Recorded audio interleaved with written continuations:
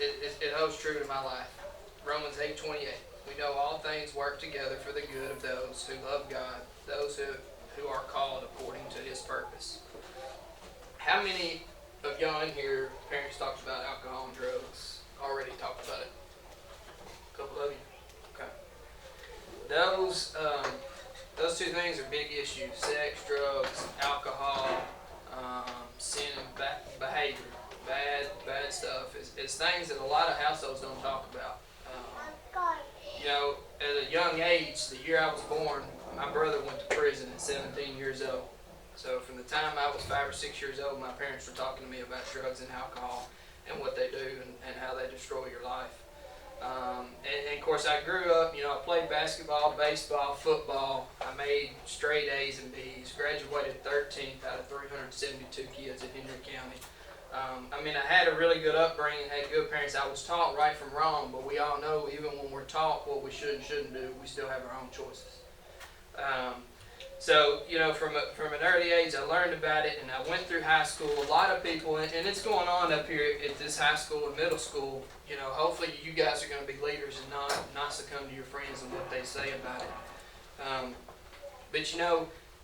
I made it basically all the way through high school. I didn't drink alcohol until I almost graduated. I was 18 years old my whole senior year, and some buddies and I got to drinking alcohol. And all of our other friends was drinking alcohol, smoking marijuana, and everything from 9th or 10th grade. Even 2 or 3 years before I did. Well, I ended up doing it too. I broke every rule I said I wasn't going to do, and I began to drink alcohol and I began to smoke marijuana. It kind of relieved some stressors I had in my life. At that time, my parents were going through a divorce and had some kind of up and downs going on, and instead of really having household, my mom did all she could, but my dad was out running around and things in our family became more important than us at home. So I kind of, in a sense, rebelled in that situation because I didn't have guidance. I didn't have somebody that was really going to yank me up and tell me what I should or shouldn't be doing. My childhood was good. Everything until I got to high school and college was fairly normal. When I got to college, I didn't have a curfew. I didn't have parents telling me what time I had to be home, and I basically could do what I wanted to do. When I set out to go to college, and my high school plan was to go to med school, graduate college, go to med school, be a doctor, and help other people. Well, within 18 months of college, I had a son on the way, and so things were fixing to change for me. I ended up going to college. Graduating nursing school at 25. But when Dyer was young, he's back here, some of y'all know him, when he was young, I went through a divorce. And I was out with some buddies one night at college, and I looked at one of the guys that was there with me, and I knew kind of my life was kind of falling apart, and it wasn't anywhere where I needed it to be. And I said, "Do you got something that'll change the way I feel?" Because we have been drinking alcohol at night. Is there some kind of drug that I can use? Because I just feel terrible about myself right now. And so that night, I experimented with cocaine for the first time at 21 years old. And from that moment on at 21, that set in motion basically 10 years of not very good living and a very destructive path that I went down. But after that, I did manage to get myself through college. I would go to class. Some nights I hadn't even been to sleep all night, and I would go in and take a nursing test.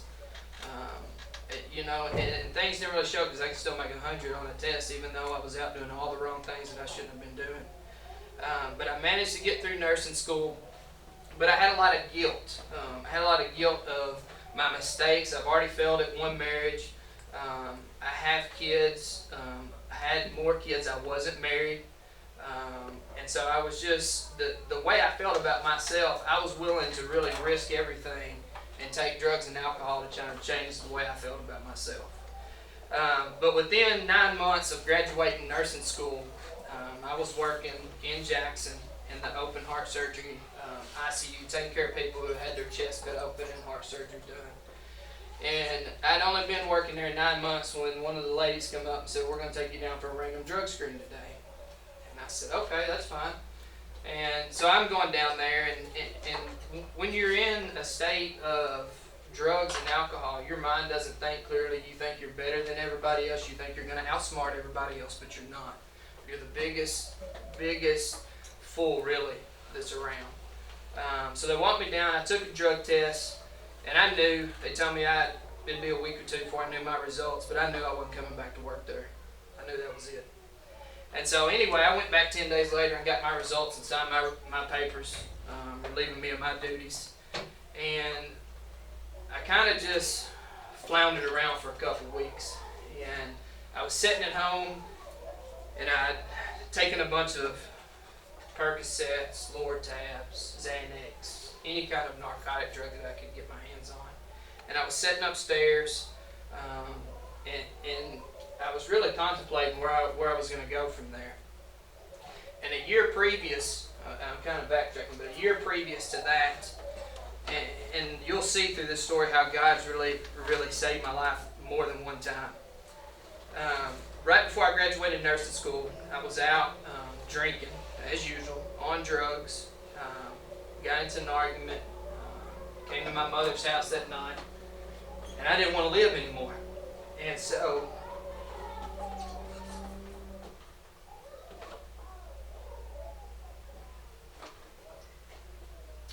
with the basketball goal that was sitting in our driveway, I took my belt off,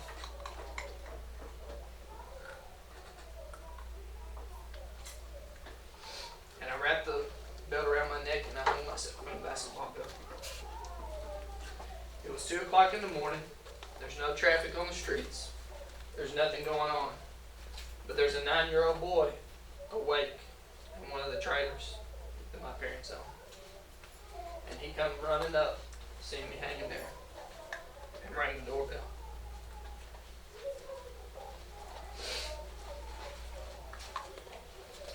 And so then I woke my mother, and she came outside. I had already unconscious. And I would say this because I've had some bad experiences. But all I can tell you is when my eyes were closed and I wasn't breathing anymore, all I could see was darkness. It felt like I was going as fast as I could, and there was nothing but a dark hole that I was headed towards. Thankfully, my mother came out there, woke me up, and got me off the basketball goal. And so I'm sorry I'm backtracking, but then I don't know, everything was just kind of ignored. My behaviors, the way I felt about myself, it was all really just kind of swept under the rug, because who wants their son to be in trouble? Who wants their son or daughter to hurt? Your parents don't, neither did mine. And so anyway, from the time I lost my nursing job, this was a year after I tried to hang myself. I lost my nursing job. And so I was sitting at home upstairs taking medication, and I thought, well, I'll just Google, maybe I'll go to treatment today. And so I made some phone calls, and I left the week before Thanksgiving of 2007 and went down to Lakeside in Memphis to a treatment center. And I stayed there a week, but most of you probably don't know, but when you get addicted to drugs and alcohol, you have withdrawals when you don't have them in your body. And so I was in complete withdrawals on day 6 and day 7 in treatment. And it was Thanksgiving Day, and my parents were having to come visit me in rehab. And so anyway, I convinced them, because I was so sick, if they would please just take me to the hospital, I would straighten my life out. And they and me went against everything the doctors at the treatment center said, and we left and went to the hospital down in Memphis. And the doctors down there at the hospital basically just put a Band-Aid on the problem.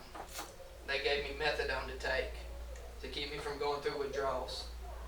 And so I took that for a couple months until I got a certified letter in the mail that told me that if I wanted to continue to be a nurse, I had to sign up for a peer assistance group.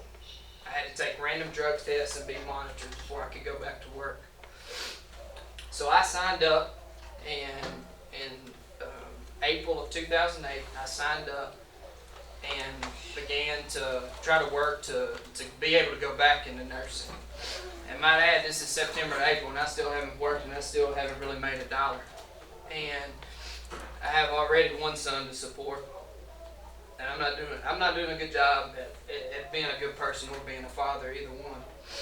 And so it takes me all the way until September the 2nd of 2008 to get another chance at being a nurse. And I walked into Centennial Hospital in Nashville, and I told two guys and a woman my whole story, everything that I'd been through, because trying to sugarcoat things wasn't getting me a job again. And so they gave me a chance, and I stayed clean and sober for almost 3 years. Because I'd passed all 50, 60, 70 drug tests in the 3 years I'd been in this peer support group, they were going to let me out 3 months early. My case manager resigned, or got fired, and so they let me out about 6 or 7 months early. And so they let me out in January the 11th of 2011 was my last day of any real accountability. I knew I wasn't going to get randomly drug tested again. And within 6 days of being released from my contract, I started taking pain medicine again. And in this time, I guess I'll tell you, I did have 2 knee surgeries. So, it wasn't with the pain medicine. I took pain medicine like a lot of people's parents. A lot of y'all will experience. You'll have surgery or something in your lifetime, and you'll get pain medicine. The problem was I continued to take it. I continued to try and take it because I liked the way it made me feel. But within 6 days of getting out of my peer support group, I started taking drugs again. Exact same month, I decided I was going to work on my bachelor's degree in nursing because I only had an associate's degree. And so I started back to college at Murray State, and I'm going to class, and I'm doing good in school, but I'm not taking pain medicine or anything on a daily basis at this time until about 3 or 4 months later, where every time I tried to stop, I couldn't stop because I was sick and I was throwing up and I was hurting and I couldn't function and I couldn't get up and I couldn't go to work. And so 2011 was basically a spinoff of where I left in 2008. I started taking pain medicine again until I got to December of 2011, and I had my appendix out. I woke up at 2 o'clock in the morning and I was throwing up and I was puking and I was sick. And so I was taken to the emergency room over here in Paris at Henry County Hospital, and they admitted me, and I had my appendix taken out a couple hours after checking into the emergency room. And so they did it that morning. I had to spend the night that first night. The second night, my mom come to visit me, or the second day, and I'm getting ready to go home. And she said, "Now, Gene, you're not going to let them give you pain medicine, are you, when you leave?" I said, "Of course not, Mom. You know I'm not going to do that." Knowing the whole time, I'd already thought about it. I was going to leave the hospital with pain medicine that day. So anyway, it was a little bit after lunch on that second day. They were going to let me home, and the nurse come in with a stack full of papers and all my discharge paperwork and everything I needed to sign.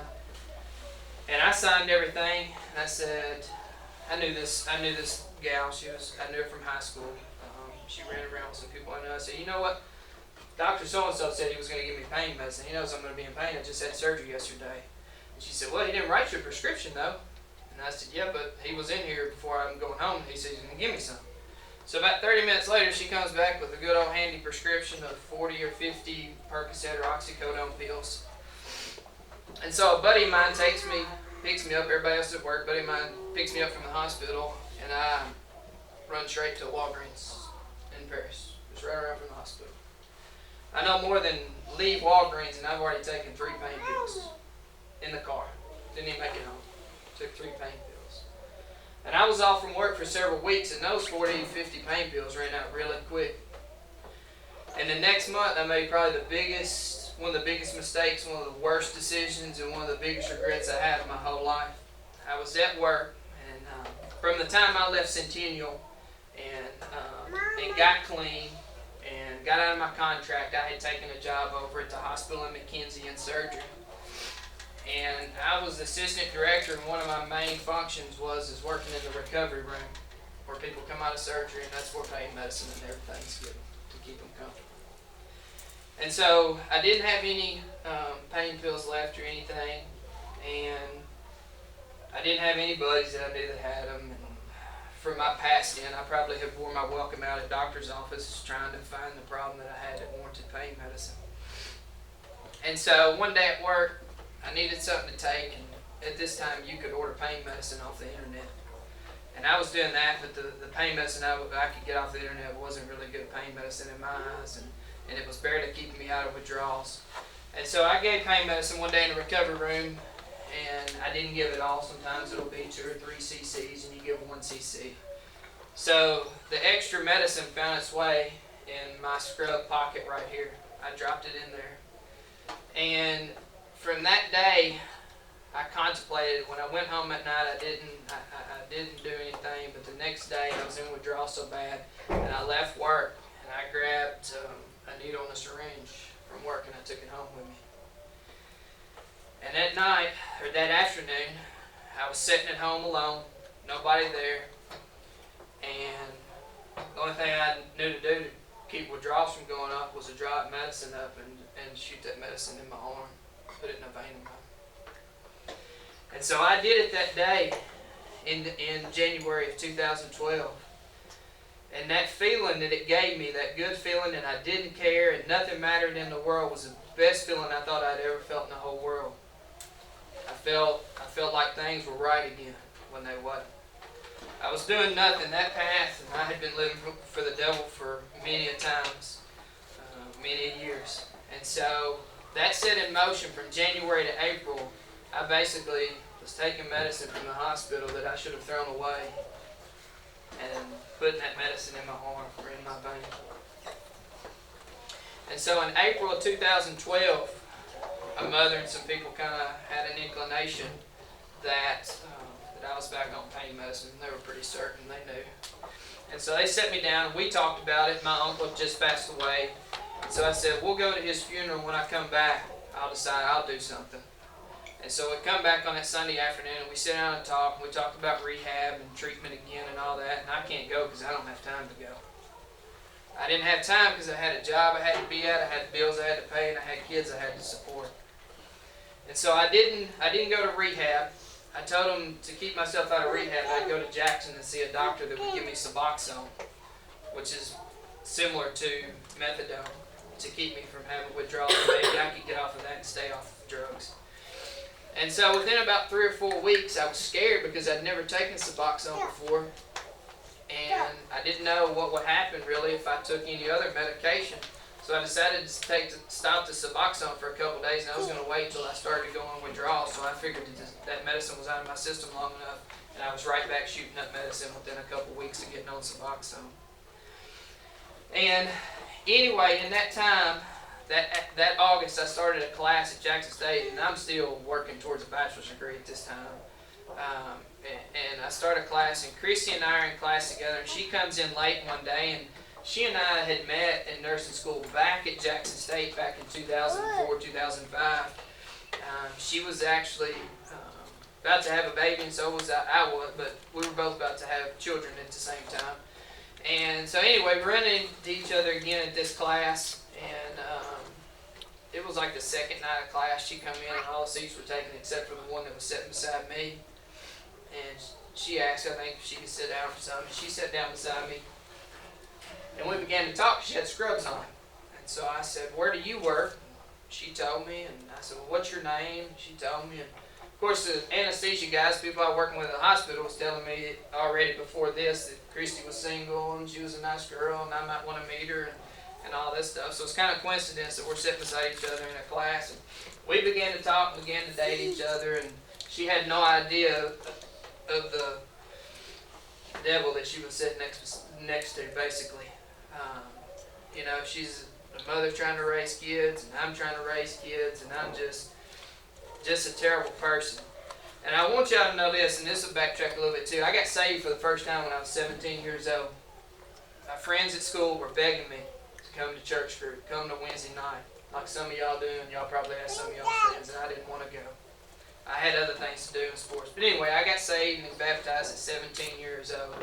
And I'm saying that to tell you that even though I did that, I didn't live right. But that was the first time I got saved when I was 17. But anyway, Christy and I are in class together. We meet, we start dating. And we decide we're going to get married. I'm sitting at her house one night, and I fall asleep basically sitting straight up in a chair. And she didn't say anything. She texted me the next day and asked me if I had taken some kind of medicine last night, because I never just fell asleep sitting straight up. And I had taken medicine because I was into a new kind of medicine called Versed. And Versed is the kind of medicine they give you when they don't want you to remember what the doctor's doing to you. And it basically makes you just not remember anything. They can pop your arm back in place and stuff. And so yeah, for the first time, I took some new medicine and it just started, and so I fell asleep sitting straight up on her. And at that point, I think she was pretty certain, because she had experienced my behavior in the past, that something was going on. But anyway, when I would use medication at work, I would go into a bathroom down the hallway, and I would sit down on the toilet, shut the door, and I'd lock the door. And so anyway, I would put a tourniquet on, and I would shoot medicine in my arm in the bathroom. And I've been doing this for months now. And I remember this day like it was yesterday. It was Friday, November the 16th of 2012, and I'm sitting on the toilet, and I'm high on drugs, and I'm at work, and I feel about as bad about myself as I could feel. So I got down in the bathroom floor on my knees, and I leaned my head against the concrete wall, and just kind of quietly prayed, God, I don't know what I'm going to do. I'm either going to die, or I'm going to destroy everything and lose everything that I ever thought I wanted, or that I wanted to have. And so I sat there long enough, longer than it seemed like, but long enough that somebody was knocking on the bathroom door. And I got up, and that's all I knew to do. I was so far in and so far gone that all I knew was just ask God for help. And I felt like that God was probably the last person that was going to help me, because I've been constantly running from Him. But anyway, I didn't have anybody else to turn to, and so I prayed that prayer that afternoon. 33 days later, still high on drugs, on a Wednesday I'm asked if I can come to the cafeteria at the hospital. So I walk in, and everybody in the whole hospital is in the cafeteria. They're announcing that they're going to award somebody Employee of the Year that day. And so I walk up to all the surgery people and people I know, and they're going through the awards, and they announced me as the winner of Employee of the Year on that Wednesday the 19th. And I go up there knowing I'm not worthy of this award. It kind of made me feel good that I would maybe worked hard or did something right at the hospital. But I went up there and I accepted the award and walked out, let everybody know, sent everybody a picture. I let everybody know that I'd won Employee of the Year when I knew I wasn't worthy of it. That was Wednesday, December the 19th. On Friday, December the 21st, I'm working in the recovery room, and one of the ladies from the administrative office is in and out of the recovery room. She's picking up charts, and she's looking at stuff. And I'm wondering what she's doing. And about 30 minutes later, she came back and said, Gene, we need you to take a drug test. I said, okay. So I went and I sat down with a lady that's real good friends with my family, and her husband and my brother had been to war together in Iraq and Afghanistan, and she said, Gene, there's some things that's come up that make us wonder if you've been taking some medicine. And I said, well, of course I haven't. And she said, well, we're